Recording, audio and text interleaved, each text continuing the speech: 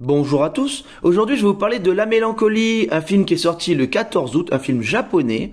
Le film nous raconte l'histoire de Watako qui va retourner discrètement à sa vie conjugale après la perte brutale de son amant. Elle ne va parler à personne de cet accident et ses sentiments qu'elle pensait avoir enfouis vont refaire surface et elle va comprendre que sa vie ne pourra plus être comme avant et va décider de se confronter un à un à tous ses problèmes. Bon j'ai trouvé que c'était un film magnifique dans tous les sens du terme et déjà visuellement c'est extrêmement beau, la photographie est très très belle, le grain est magnifique, c'est très bien filmé. Les acteurs, ils sont exceptionnels et notamment l'actrice qui joue Watako.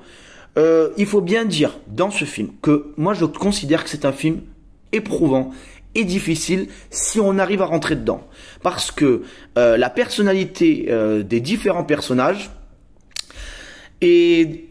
On a affaire à des gens qui ne montrent aucune émotion. Ils gardent tout pour eux. Et il y a énormément de non-dits. Et ça montre une société japonaise qu'on n'avait pas forcément l'habitude de voir comme ça quand même. Hein. Là, les personnages sont à la limite du robotique.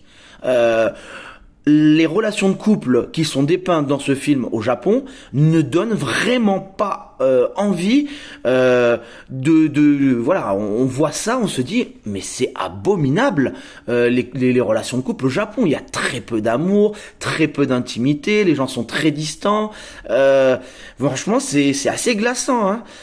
Nous qui sommes donc européens et donc occidentaux qui avons l'habitude d'extérioriser beaucoup, bah là ça marche pas comme ça hein. Les personnages gardent leur souffrance pour eux et en fait il y a énormément de situations conflictuelles dans ce film qui sont réglées ou pas réglées d'ailleurs dans un minimum sonore. Les personnages, dans ce film le niveau sonore est extrêmement bas. Ouais franchement c'est assez glaçant hein. C'est assez glaçant. Le personnage principal, des fois on a de l'empathie pour elle alors que bon, son comportement est loin d'être parfait.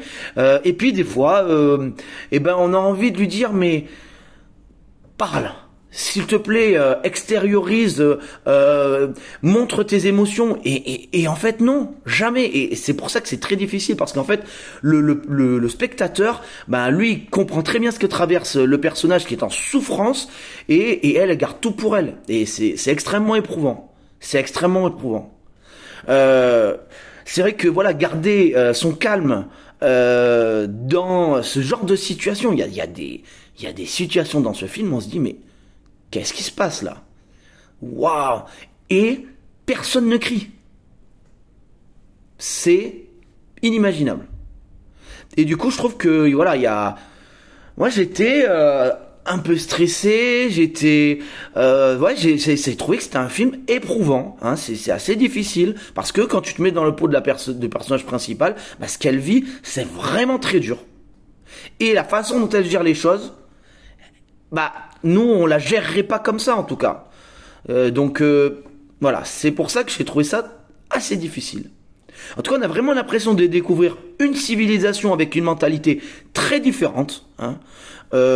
Moi j'ai trouvé qu'en tout cas c'était un film qui m'avait apporté énormément de choses et puis j'ai vu le Japon sous un autre angle, moi qui idéalise tout le temps le Japon. Je vous avoue que là je suis sorti du film, je me suis dit j'aimerais pas vivre une vie de couple comme eux la vivent hein. C'est quand même très particulier hein.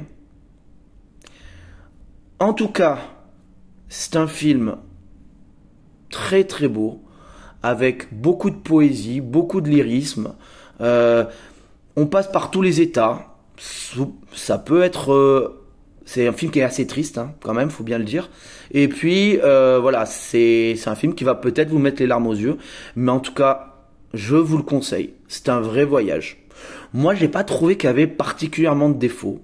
Peut-être un petit peu sa lenteur, parce que c'est vrai que c'est un film qui est lent, surtout qu'il y a un niveau sonore, comme je le disais, très très bas.